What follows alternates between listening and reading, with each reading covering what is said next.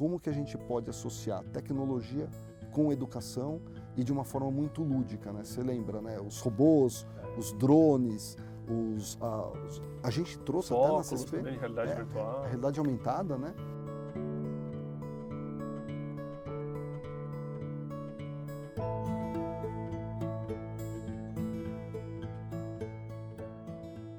Olá, bem-vindos à série de vídeos da Forbes Brasil sobre empreendedorismo, inovação e transformação digital.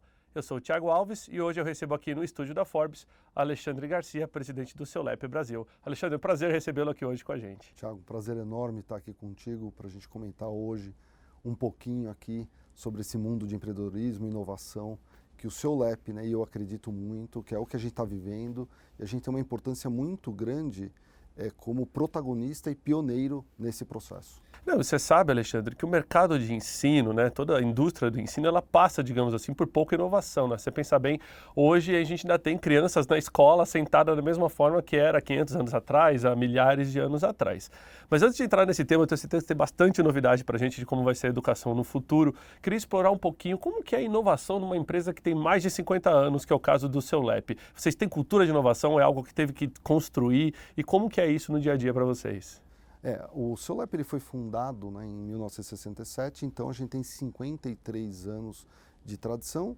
Desses 53 anos até 2012, então 45 anos, o Seulep era de uma empresa familiar, e aí nós entramos e com todo esse mundo, né, de você ter a transformação digital, mas principalmente uma transformação cultural.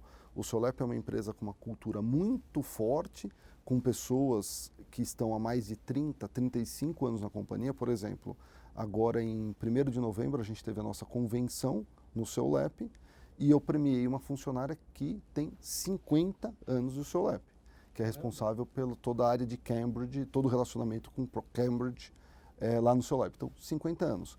O que a gente acabou fazendo, né?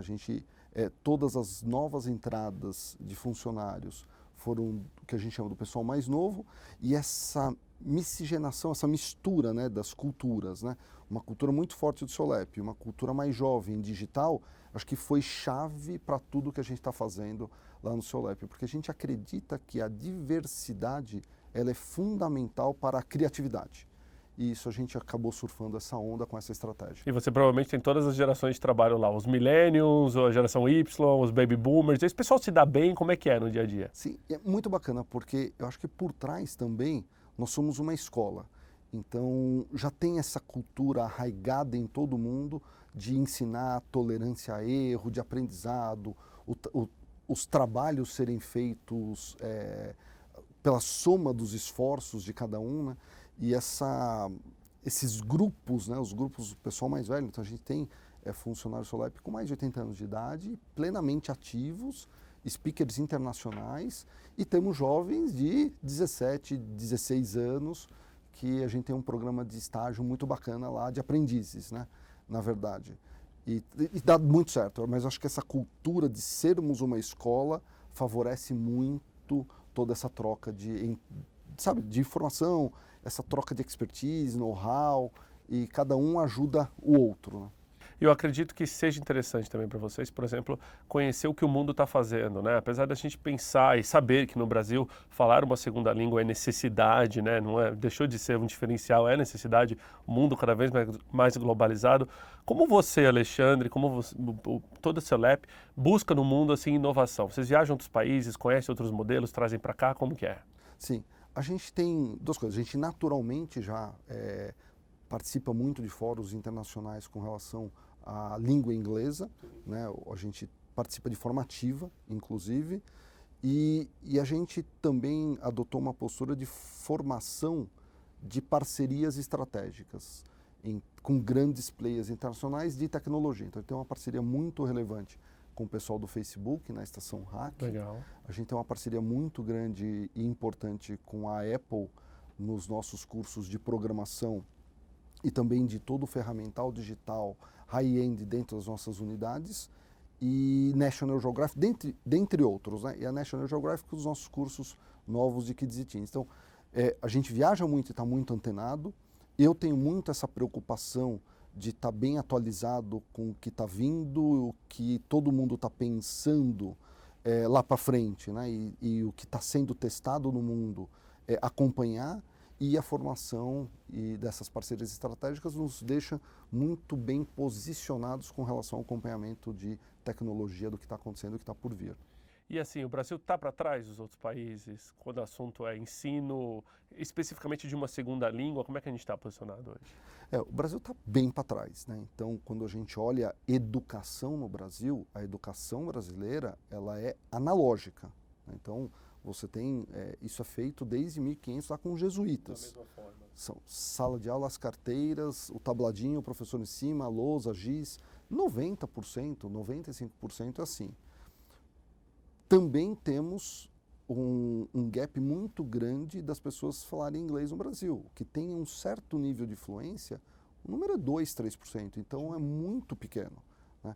O que traz aí também para a gente, não só um desafio, mas uma imensa oportunidade, né? Então a gente está conjugando essas duas coisas. Primeiro, esse desafio, essa oportunidade de atender mais essa demanda, né, não assistida com relação à fluência do inglês. Então a gente tem aí 98% de uma população de 250 milhões de habitantes. E num país continental, que tem um desafio muito grande, e aí você migrar para plataformas digitais, isso também tem um componente muito relevante para a gente conseguir fazer isso. E, por outro lado, a gente tem o mundo indo para toda essa questão digital e transformação, colocando sempre o cliente como centro, o aluno, né, como centro da decisão. Isso é um caminho que a gente pode explorar um pouquinho mais. É um caminho que o SEULEP está seguindo ali desde 2016, 2017, quando assumi a presidência. Muito bom, vamos entrar, então, aprofundar. Eu tive a experiência e a oportunidade de conhecer também alguns stands da SEULEP, uma feira grande, uma feira que até me chamou a atenção de ver o SEULEP lá, que era uma feira sobre super-heróis, né? Essa cultura geek, pop, e de repente eu me esbarrei não só com um, mas com 2 stands da SEULEP lá. Por que você estava lá? O que estava inovando colocar a SEULEP lá dentro? Acho que a gente está falando da CCXP, Sim. né? Que no Brasil ela é a maior feira, né, ou o maior evento de cultura pop do mundo hoje. Então foram mais de 250 mil pessoas que frequentaram a feira. Então isso é enorme, né? E qual que foi a ideia, né, do SEULEP estar lá na CCXP? É justamente mostrar para as pessoas que dentro do mundo dos games, do mundo geek, do mundo pop, educação é fundamental. E sempre uma educação. A educação, né, baseada no inglês, que é a língua universal, e a tecnologia, que esta linguagem tecnológica ela vai ser indispensável. Vai ser não, né? Ela é já indispensável nesse mundo moderno digital. Então essa estratégia de a gente estar dentro da CXP desde o ano passado, então a gente começou essa parceria com eles em 2018, super inovador, né? Porque nós somos a primeira empresa, né, de educação dentro deste mundo mais pop e geek, e para a gente foi um super sucesso porque deu para trazer para as pessoas como que a gente pode associar tecnologia com educação e de uma forma muito lúdica, né? Você lembra, né? Os robôs, os drones, a gente trouxe até na CSP também de realidade virtual. A realidade aumentada, né? Misturado com a realidade virtual, e a gente agora está caminhando, pensando um pouquinho para o futuro, em trazer inteligência artificial. Então, se você perguntar quais são os planos do SEULEP para 2021 e 2022, entrar muito no mundo de inteligência artificial.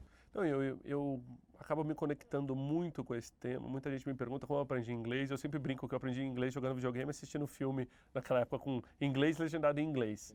E hoje a gente tem visto um movimento até o contrário nesse sentido, né? Cada vez mais jogos vêm traduzidos para o português, os filmes, as séries já vêm, né, dubladas para o português. Eu sinto que tem uma geração hoje um pouco preguiçosa para fazer o que talvez eu tive que fazer, uma geração um pouco mais raiz lá atrás nesse sentido. Mas eu fiquei realmente assim, me surpreendeu ver, porque a interatividade dessa questão de ensino voltada para esse público era muito grande, né? Eu acho que a questão de realidade virtual, que eu acho que você pode explorar um pouquinho mais, ela ajuda mesmo as pessoas a aprenderem de maneira diferente outra língua? Eu acho que, voltando até na pergunta anterior, a educação brasileira é uma educação totalmente analógica, né? Então, o movimento que o SEULEP adotou, partir de lá de 2016, 2017, foi como que a gente, sim, incorpora dentro da nossa metodologia pedagógica a transformação digital. E a gente começou com uma ação, como eu te comentei, né, de transformação cultural. A gente mudou o mindset das pessoas a partir do momento que as pessoas elas estavam com essa conscientização de que realmente a gente tem que entrar de corpo e alma na transformação digital. A gente passou por esse segundo step, que é incorporar para dentro da nossa metodologia pedagógica as ferramentas e as tecnologias que têm mais atuais no mercado, que hoje é a realidade aumentada e a realidade virtual, né?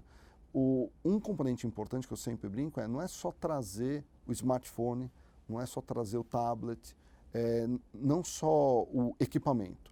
Você tem que, obviamente, o equipamento é super importante, mas o que é relevante, o que muda ponteiro, o que cria eficiência nessa arte de ensinar é você incorporar a tecnologia dentro do material pedagógico. Então, por exemplo, esse ano de 2020, a gente está com vários exercícios para os nossos kids e teens, que a gente mudou o curso chamando agora de CEOLAP Experience, onde a gente está mudando totalmente o nosso curso para crianças e adolescentes, porque a gente olhou e viu esse curso que é feito de forma analógica, ele não conversa mais com as nossas crianças, nossos adolescentes. Não conversa. Então a gente migrou para esse novo curso que agora começa em fevereiro, onde eu não ensino mais inglês, eu não ensino mais programação. A gente tem projetos que as turmas vão executar. Esses projetos são em inglês, com programação, com muita criatividade, raciocínio lógico e o trabalho em equipe. Porque no final do dia a gente tem que formar essas crianças e esses jovens para o mercado de trabalho. E as faculdades e as escolas não estão preparando eles para o mercado de trabalho, né? Então, muito esse caminho que a gente está seguindo e que a gente entende que ele sim é o relevante. E aí é aquela ideia, né? Tudo bem, estamos sendo protagonistas ou pioneiros, sim, mas a gente está querendo criar um caminho para que todo o mercado caminhe por ele, porque é o que a gente acredita. Com certeza. E falando de transformação digital dentro do CEOLAP, você já teve que buscar no mercado soluções que vocês não encontravam ou não tinham dentro de casa e foi atrás de uma startup para te ajudar com o problema ou organizou uma hackathon? Explora para a gente um pouquinho nesse sentido, acho que o público vai estar bastante interessado em saber. Mais uma vez, a metodologia de ensino é uma comprovada, milenar provavelmente, né? Todo mundo já sabe como é que funciona, mas como é que você consegue transformar isso de uma maneira mais digital dentro do CEOLAP? A gente fez tudo isso, acho que a gente conversou com algumas startups, iniciou vários trabalhos com elas, uma delas, por exemplo, que é a que você viu lá na CCXP, que é a Flex Interativa, que é ela que trouxe todo esse componente de realidade aumentada e que está trabalhando com a gente em inteligência artificial. Mas acho que o mais importante foi, a gente acabou criando uma corporate venture dentro do CEOLAP, que a gente identificou uma demanda do mercado pelo bilinguismo nas escolas regulares, que não estava sendo tão assistido, então um mercado potencial grande. A gente direcionou muito investimento para essa área entre 2016 e 2018, e que muito provavelmente daqui 5, 10 anos vai ser maior que o CEOLAP, seguramente, que é a criação de um sistema de ensino. Então, o inglês de grade curricular das escolas regulares é Powered by CEOLAP. Então, a gente criou um sistema de ensino, então, material didático, onde eu vendo material didático, treino os professores dos colégios, os professores da cadeira de inglês e também os professores da cadeira de programação e do acompanhamento pedagógico ao longo de todo o ano. Então, a gente endereça uma metodologia robusta de inglês. Acho que o principal ativo do CEOLAP, construído ao longo desses 53 anos, que é ter esse DNA de como ensinar brasileiros a falarem fluentemente o segundo idioma. A gente construiu essa tecnologia, né, pedagógica e a gente treina esses professores das escolas regulares para usar toda essa nossa metodologia. E acho que o fator determinante é o acompanhamento pedagógico, porque educação é um assunto complexo, né? Então, todo santo dia, quem quer aprender alguma coisa tem que estudar e quem está ensinando tem que se reinventar. Alexandre, e com relação aos mitos, né? Eu acho que você deve responder o tempo todo perguntas sobre fazer inglês com um professor americano ou britânico, ou que seja nativo de outro país, funciona melhor ou não funciona? Quais são os mitos e o que é verdade e o que não é? Sim, vamos lá. Eu, por exemplo, me considero uma pessoa que falo e escrevo fluentemente português. Só que eu não sou professor de português. Então eu não me vejo apto a ir para algum outro país e ensinar alunos a falarem português, de forma de atingir a fluência, né? Então, assuntos gramaticais, assuntos linguísticos, etc. Eu posso quebrar o galho. Então, a pessoa fala, não, você não fala assim, você fala assado. Né? O que é importante, né, para a avaliação dos alunos, e aí é um pouquinho a receita do bolo, né, para a fluência do inglês, primeiro que é uma decisão pessoal muito importante, porque você falar uma segunda ou terceira ou quarta língua vai demandar bastante esforço pessoal, de tempo e de recurso. Segundo, você tem que optar por uma metodologia pedagógica robusta e que seja eficiente. Eu acho que aí nesse componente o SOLEP ele é um diferencial no mercado. Terceiro, é importante fazer a lição de casa, porque você tem que encontrar um equilíbrio entre frequência e exposição à língua, porque isso vai criar uma aceleração na fluência do seu idioma, do segundo idioma. Então, você faz as aulas na escola, ou o nosso curso em company, por exemplo, que a gente leva os professores para dentro das empresas. Quanto mais você ter exposição e frequência à língua em outras oportunidades, poxa vida, você gosta de games. Então, como você comentou, que é o que te ajudou. Eu vou fazer o game mais em inglês. Eu gosto de música, então eu vou traduzir músicas do inglês para o português. Eu gosto de filmes, então eu assisto com a legenda, depois eu tiro a legenda. E tem os aplicativos, né? A gente entende que tudo isso é complementar ao estudo da língua, mas é imperativo você ter aula, e eu recomendo sempre aula em unidades de rua, né? Se possível, e se isso não casar dentro da agenda do aluno, fazer dentro do in-company, mas através de uma metodologia robusta, porque você acaba tendo uma frequência e uma exposição recorrente que é fundamental. Eu brinco que aluno não tem idade, né? Tenho certeza que você tem que cobrar o dever de casa também dos executivos que estão fazendo no in-campo, né? Sempre, né? E a gente ajuda porque como é uma ferramenta toda automatizada, a gente tem o nosso Corporate Online, isso é muito transparente, a evolução do aluno, e ele é muito positivo, né? Não é o que você não está fazendo, mas o que você está fazendo e gaps para você fazer melhor, né? Então, isso o aluno tem real time, isso é importante. E o futuro do ensino? Há uns anos atrás a gente via aqueles vídeos que era um óculos smart, que você não precisava mais falar nenhuma língua, ele traduzia para você, traduzia tudo. Missão Impossível, né? Estilo Missão Impossível. Eu confesso que eu tive recentemente num país que literalmente fala grego, na Grécia, e eu tive bastante dificuldade em ler um cardápio e tal. Traduzido tudo para o inglês, super fácil, falo inglês, mas o cardápio não. E eu tentei usar alguns aplicativos de tradução com foto e tal, funciona, digamos, 30% do que você não consegue sobreviver só com aquilo. Você precisa ser fluente em uma segunda língua que seja comum com todo mundo. Mas o futuro vai caminhar nesse sentido? O que você acha? O mundo vai ser cada vez mais globalizado? O inglês e outras línguas, como o próprio espanhol, aqui no nosso caso, no Brasil, passam a ser cada vez mais demandas que as grandes empresas vão querer de todos os funcionários? Como vai ser? Bom, fazendo remissão, né, a pergunta lá no início, a gente optou por estar com parcerias estratégicas com grandes players de tecnologia. Então a gente está acompanhando muito de perto o que está acontecendo na indústria de tecnologia, e uma hora vai ter uma disrupção em educação, que não vai ser só no inglês, não vai ser só em línguas. Vai ser né? em todo, né? Vai ser a disrupção na indústria de educação. O meu guess, né, a minha opinião, é que isso acontece na próxima década, não é nessa década. Então vai vir muita coisa, então vai vir o óculos, vai vir aqueles equipamentos de tradução, então você fala e fala, vai ter N coisas que vão vir, mas acho que a disrupção genuína ou verdadeira acontece na próxima década. O que a gente está tomando o cuidado é de estar acompanhando isso muito de perto e evoluindo junto. né? Isso por um lado. Por outro, no final do dia é muito importante para as pessoas elas terem um domínio da língua inglesa, né? Que é a língua que é a linguagem universal. Então, dá um exemplo, né? A gente pega uma palavra em português, vai no Google, por exemplo, e pede o significado ou qualquer coisa, vem lá, sei lá, 50 mil resultados. Você digita essa mesma palavra em inglês, vem milhões de resultados, 500 mil, 500 milhões, né?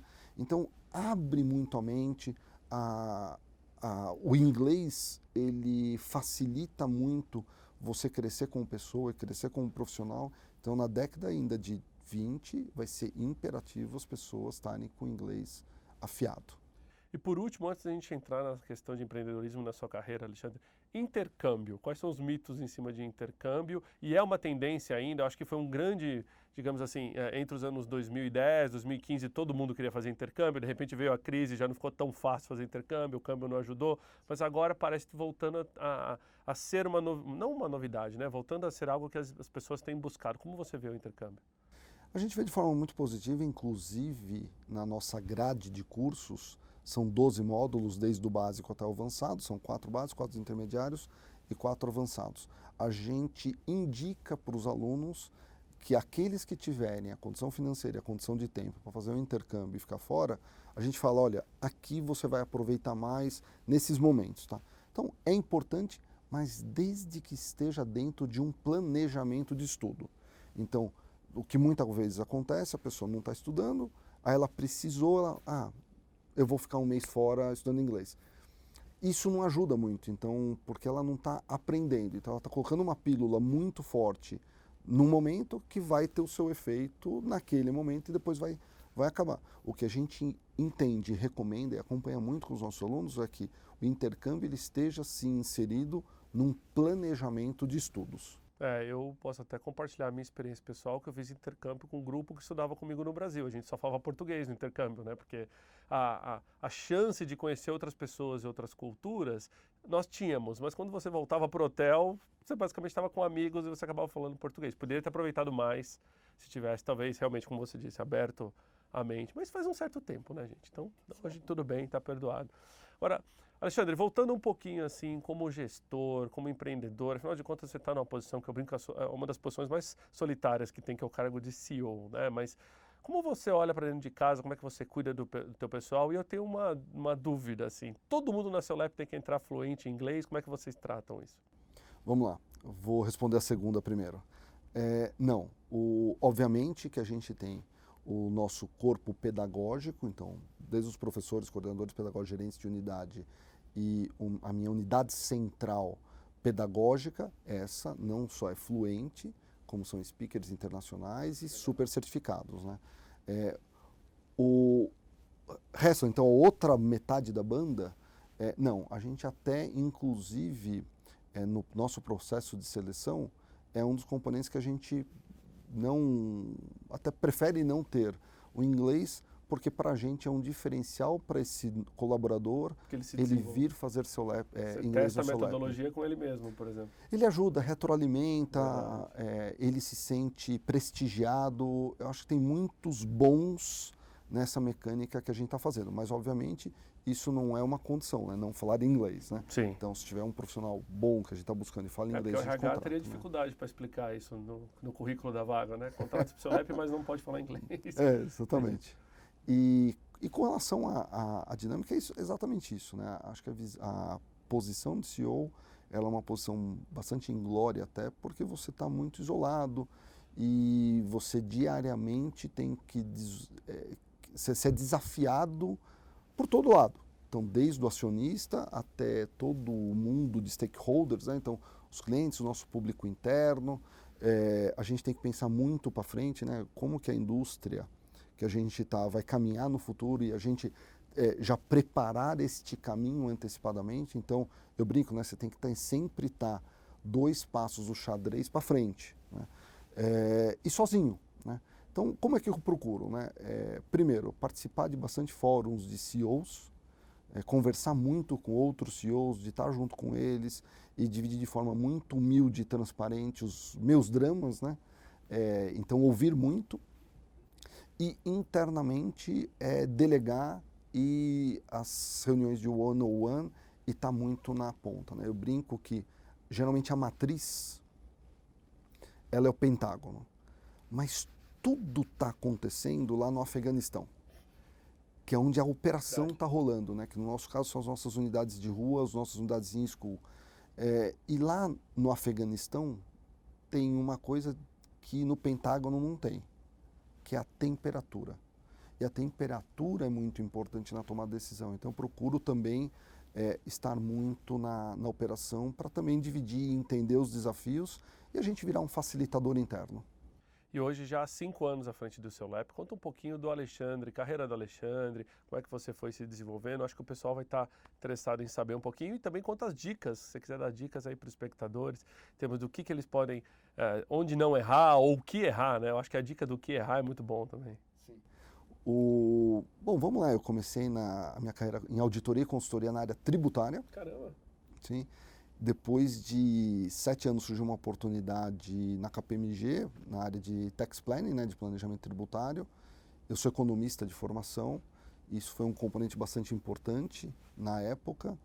E a legislação contábil mundial, financeira, ela teve uma grande disrupção, uma grande mudança, na verdade, com a Sarbanes-Oxley, veio lá 2002, 2003. E aí eu acabei migrando da área tributária para a área financeira, me especializando em controles internos para a Sarbanes-Oxley, para a SOX, né? E daí fui me desenvolvendo na área financeira como controller, depois diretor financeiro, e aí surgiu a oportunidade no seu LEP de assumir a liderança em 2017, né? De dicas, eu acho que eu olhando um pouquinho, olhar pelo retrovisor é fácil, né? E dar dicas você está muito preparado, então a minha dica principal é estudar bastante.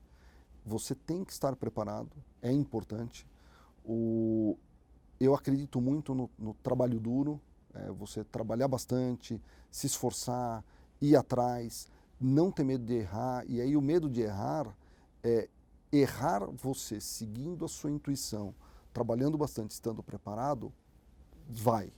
Né? O problema é quando você erra, você não estava tão preparado, você não estava tão engajado ou comprometido naquele projeto. Né? E aprender com os erros. Né? A gente tem que relativizar o erro com base no tempo. Né? Então aquele erro aconteceu aquele dia, só que você tem uma trajetória, uma carreira de 25 anos, de 25, 50 anos. Né? Não se penalize tanto com os erros. E o que eu faria diferente, eu aproveitaria mais a jornada. Né? Então, eu aproveitaria mais cada momento que eu tive de desenvolvimento, principalmente na época de começar como trainee, depois passar como encarregado, gerente. Foram momentos bastante duros, né, de muita responsabilidade. E eu poderia ter aproveitado um pouquinho mais a jornada. É a única dica que eu dou para o pessoal aí que está te ouvindo. Muito legal. Ó, pessoal, dicas importantes, hein? Eu sempre brinco que a gente toma a decisão do que a gente quer ser na vida, na época de escolher uma profissão na faculdade, sem saber o que é trabalhar ainda, né? Então, poucas pessoas... O Brasil é um país com baixo índice de trabalho antes da época de período colegial e tudo mais. E aí chega no momento que a gente escolhe uma formação e vai, só que na hora que você começa a trabalhar, envolver, não é isso que eu quero, vou mudar, e as pessoas muitas vezes têm medo de mudar, porque eu comecei um curso, uma coisa assim, então bem lembrado. E Thiago, só pegando esse gancho, você falou uma coisa extraordinariamente importante, eu acredito muito, as pessoas estarem muito abertas, estar aberto, não ter medo do desafio.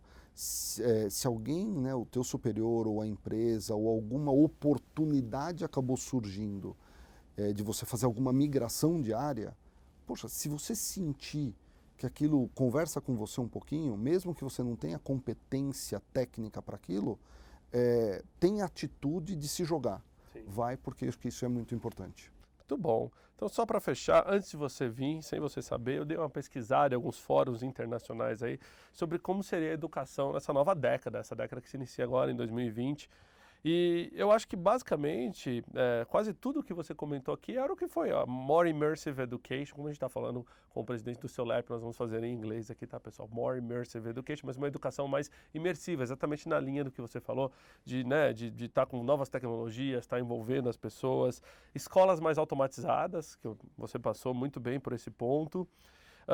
Cada vez mais insights através de dados e informações, extrair em que momento o aluno está aprendendo, não está, e como pode melhorar. Educação personalizada, né, muito em linha aí com o que você comentou também. E a primeira que era uma educação mais acessível, educação acessível para todos, que eu acho que é onde o Brasil, né, tem um long road ahead, né, uma estrada muito longa à nossa frente ainda, mas cada vez mais introduzindo esse conceito. Né? Sim, e o Solep acredita muito nisso. A gente tem muitas parcerias com entidades não governamentais, né, que atuando em responsabilidade social. Eu acho que uma parceria muito bacana que a gente tem são duas, na verdade. A gente tem várias, mas eu vou destacar aqui duas de exemplo.